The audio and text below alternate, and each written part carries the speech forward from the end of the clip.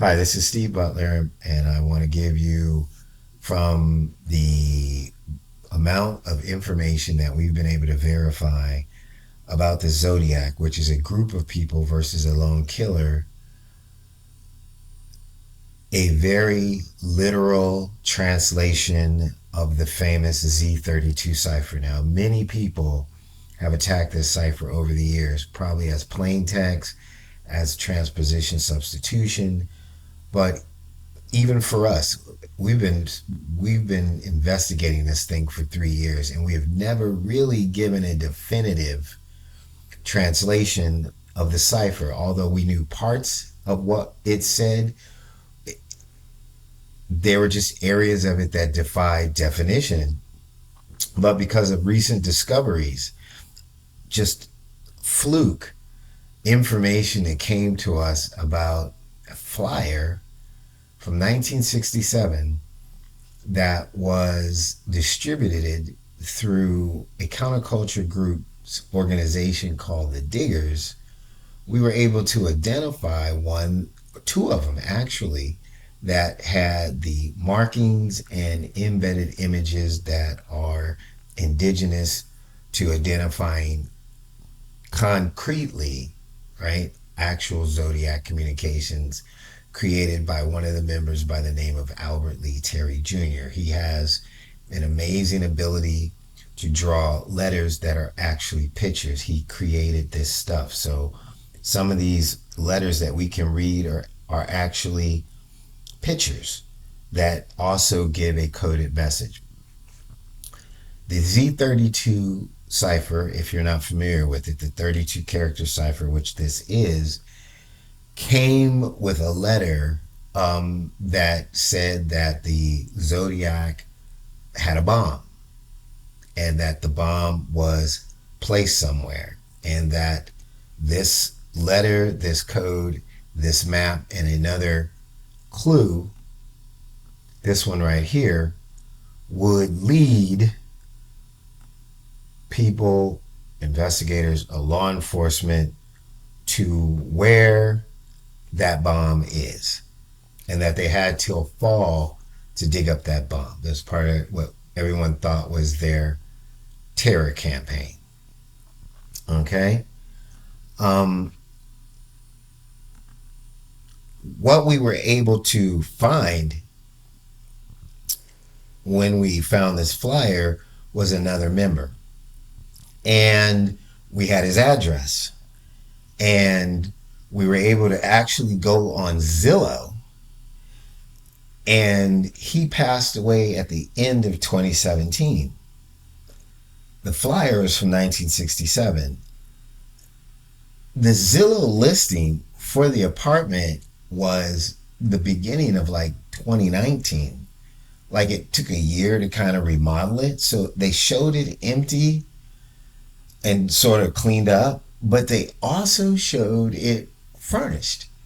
And as far as we can tell, that person who was in that apartment in 1967 for a Zodiac meeting when they were under a different group name, the Gestalt of Murdered Heads was their philosophy as they were building towards becoming the Zodiac and recruiting and putting together intelligence information for their plan.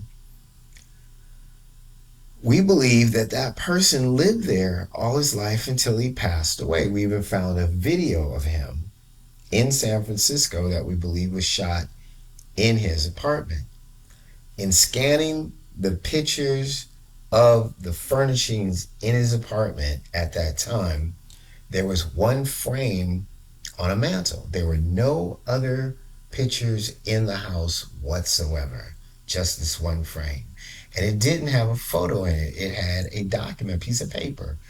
But what we noticed about that piece of paper when we zoomed in on it and captured it is that it had the unique markings of an unwritten on sheet of paper that had been coated with salt solution to make it photographic paper, and you could see the light impressions of undeveloped images that Albert Lee would do. So they would do that to paper, and then they would take a pen, blue pen generally, and write these messages on top of that paper. When those pieces of paper, those letters, were published based on murder, anybody in the group could simply see it in the newspaper, take a picture of it, and the negative that turns dark to light and light to dark would show the embedded hidden images. So we know that this guy was Zodiac. The only thing in his house, the most precious thing in his house in terms of a memory, was not his mother, his sister, his brother, his wife, kids, nothing. He had one framed picture, and it was a Zodiac picture of a parchment that seemed to have intelligence information on it, like a blueprint of a circuit, like a computer circuit chip. And they were in photo intelligence. That would be a processor in the 1967. That would be amazing. So they were probably using early processing chips to grab the photographic reconnaissance information and transfer that in real time to satellites. And if you had the schematic of that chip and you sent it to Russia or Cuba or China that didn't have it at that time, that would be huge. That would be a big bargaining chip to get the government to do what you want if you were willing to kill people for it and steal those kind of secrets. So that man's name was Joe Clay.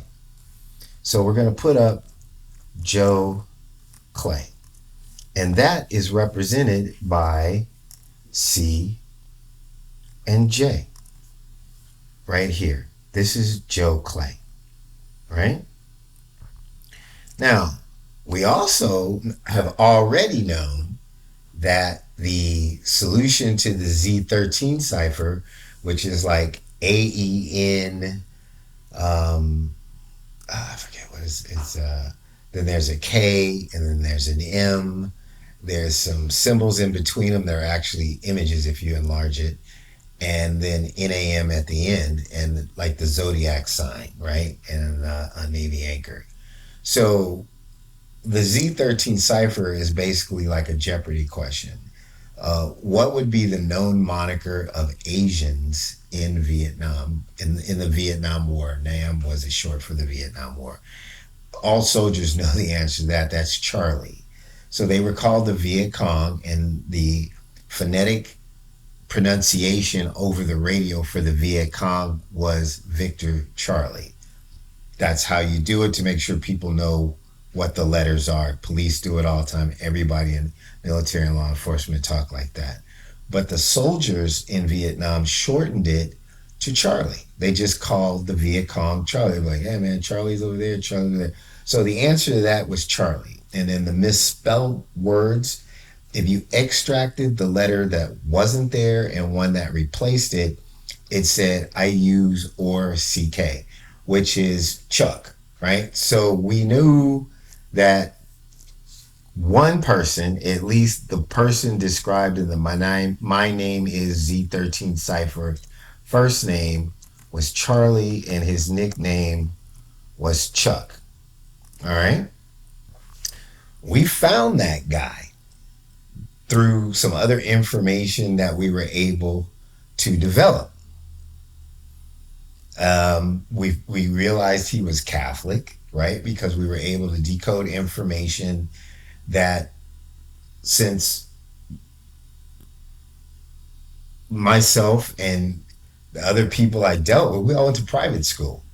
And so we knew that this person, the way they were talking in the little list letter, had some association with Catholicism in some way, some kind of private school experiences. So we went online and we put in Charlie Chuck, San Francisco, and what we had done, or myself had done, right, was I had come to this cipher and noticed these 4 letters. And I said, man, could that possibly be a last name? Because it just looked like a last name, just backwards, right? So I put in Charlie Chuck Lech, Lech, Catholic, San Francisco, and whoa, Charles Arthur Lech, St. Ignatius High School came up. I went on that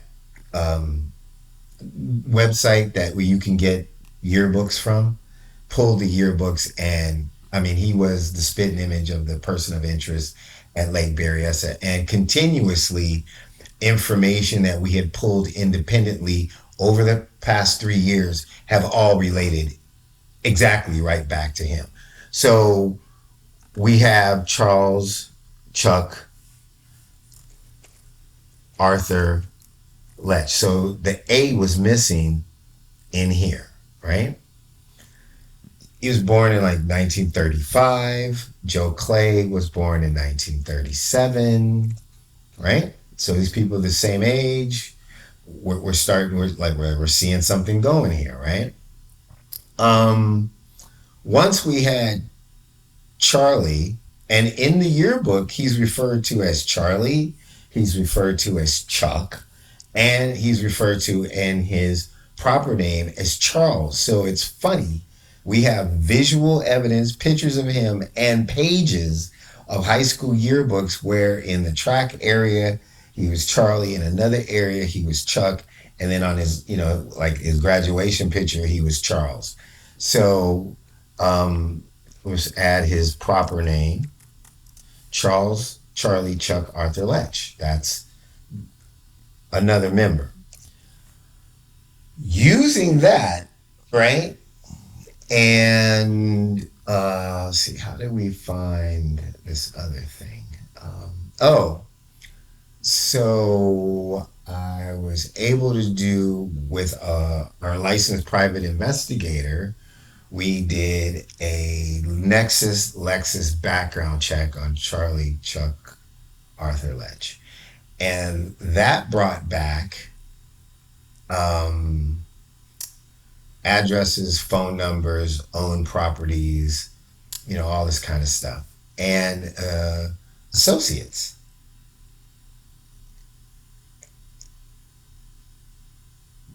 Going into the Polk directory archives, which was the telephone book in San Francisco, we looked in 1966, 67, 68, 69, 70, right? For Charles A. Lech, he was in there. So you go in, you find Lech, and then it says like CHASA, Chaz A. But it also listed somebody else, an Ellen, an ELLEN. That was staying with him, right? It eventually, because of the background check, we realized this is his wife and the mother of his child, which was born in 1971. So in the Zodiac codes, there's a lot of ease. Even the people who haven't coded it correctly and misinterpreted the fact that it's a substitution chapter cipher, which they aren't, the most prominent letter that they came up with, even in their analysis, using computer models and all that other kind of mad, crazy stuff that wasn't necessary, is the letter E. She is the most dominant person in the group. And so we were able to get her name, do a LexisNexis. And so now we have Ellen, and her middle initial was D. We don't know what it means. And then her last name was Shigmura. And then she became Lech. Eventually, she changed her middle initial to S and dropped the D and dropped the Shigmura. So it was Ellen S. Lech became her legal name for like, the past 50 years. So after all the Zodiac stuff, I guess to kind of put whatever it was in the past that Ellen D. Shigmura did, where her work history or her military history, she apparently legally or just changed her name to the point where that's how it was registering, was Ellen S. Lech, right? So we have those three people. I told you Albert Lee wrote this, but for now, we're just going to stick with these three people in this analysis. So this is Joe Clay. The C and the H backwards is Charles going that way. Ellen is Ellen going that way. And that's Lech.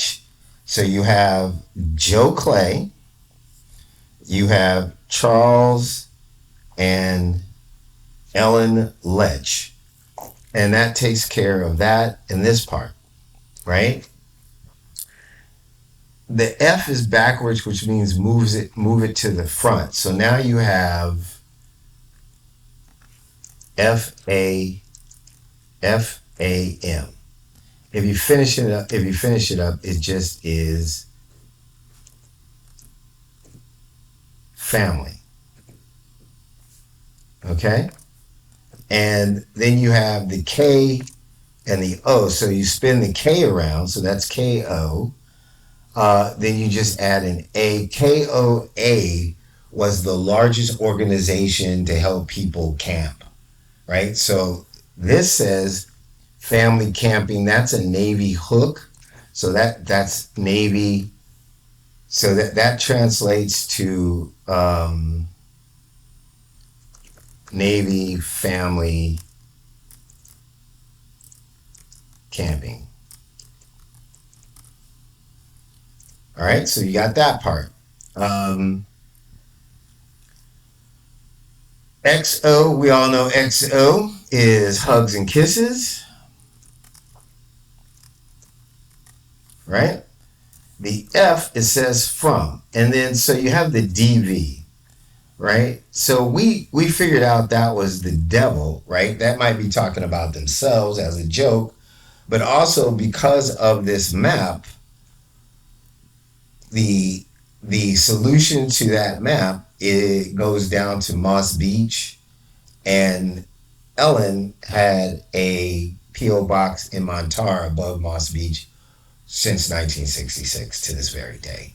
And they eventually bought a home in Moss Beach on California Avenue. And right there is the most famous stretch of California coastline, other than, I forget the other place, but it's called Devil's Trail, right? So it's right above Moss Beach and Montar. It's beautiful. The water is so blue, comes up against these, this granite mountain part of California, and Highway 1 runs through there. They redid it so people can walk it now instead of just driving it and cut a tunnel through it. So this is Hugs and Kisses from Devil's Trail, we believe. And then that's a hook, right? So then that symbol is a hook. It's the kind of hook you use when you're fishing.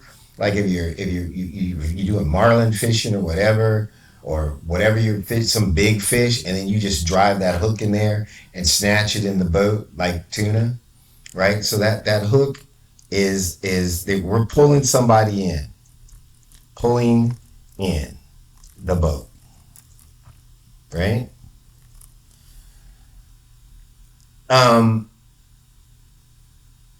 The zodiac sign is obvious, right? So this part was tricky.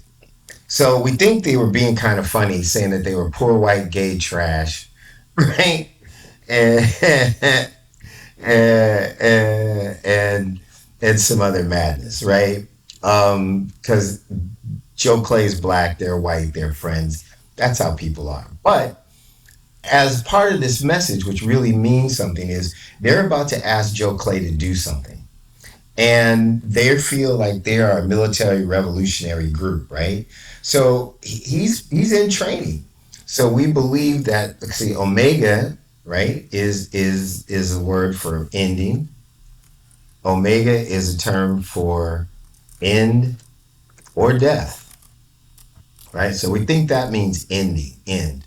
And then this would be orientation regimental training, right? If it's a military thing, when you are a probie, you are in orientation regimental training. So that's ORT equals orientation regimental training. And so this is the end of this of the ornamental regimental training. And then the G, if you add an S, is a military designation for a civilian that's doing a military job and how they get their pay grade. So a GS1 is a private. We believe that the PW now, we believe, means password. And this symbol is delta, so the password would be delta. So it says the map coupled with this code will tell you where the bomb is set. You have until next fall to dig it up, Zodiac. So Charlie and Ellen Lech are telling Joe Clay that they're on vacation right now, but his orientation regimental training as a private has come to an end, and they're about to pull him in. He's about to get a real assignment. It's on, right? So hugs and kisses from the Devil's Trail from Charlie and Ellen Lech. Password is Delta. That's what we think the translation of the Z32 Cipher is. So here's the map, right? And here's the clues. We're going to do this real quick. I'm going to pull this down and I'm going to try to get you through that before I run out of audio and time. So the map says that you're supposed to set this to magnetic north. In 1968, magnetic north was between 17.4 degrees to 17.8 degrees east of 0, right? On the map right here is a pre-printed 17.4. So if you set it here and you bring it here, you should be at the spot they're talking about, and that is Moss Beach.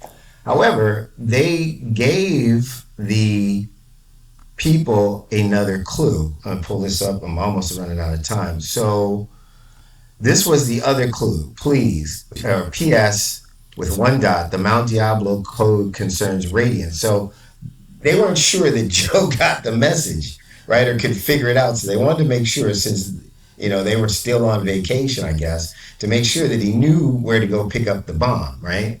So there's not two dots here. So it's PS is psst, right? So that's what we think that PS is.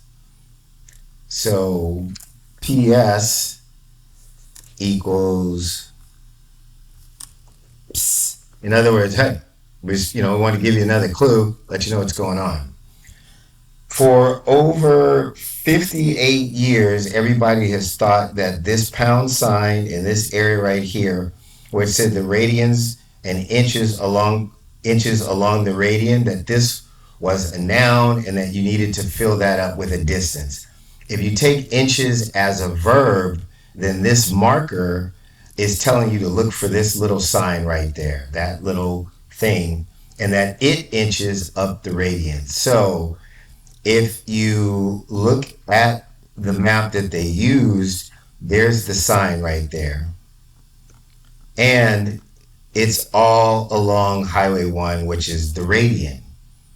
It's what is used on this map to designate the state parks and state beaches. So they were camping from Moss Beach up Highway 1, and they would be back to their home in San Francisco in the fall. So he had till then to pick up what it was that he was supposed to be looking for. And that's how that works. The envelope, California 1, was on the envelope right here. So that lets you know that that was the correct answer for the radian, that little sign inches up as a verb, right? And this thing was a place marker to let you know about that. And at the radian, you go to Moss Beach, where they had a home, and Montar and P.O. Box, and those radians inch up there. And so at the end of the day, the Mount Diablo code and map was telling Joe Clay where to find some intelligence material that we believe is in that frame in his house. And that's the answer. And the bus bomb diagrams were actually maps of military bases like Mar Island in Vallejo, Hunters Park in San Francisco, and NAS Alameda Air Station. That's my presentation.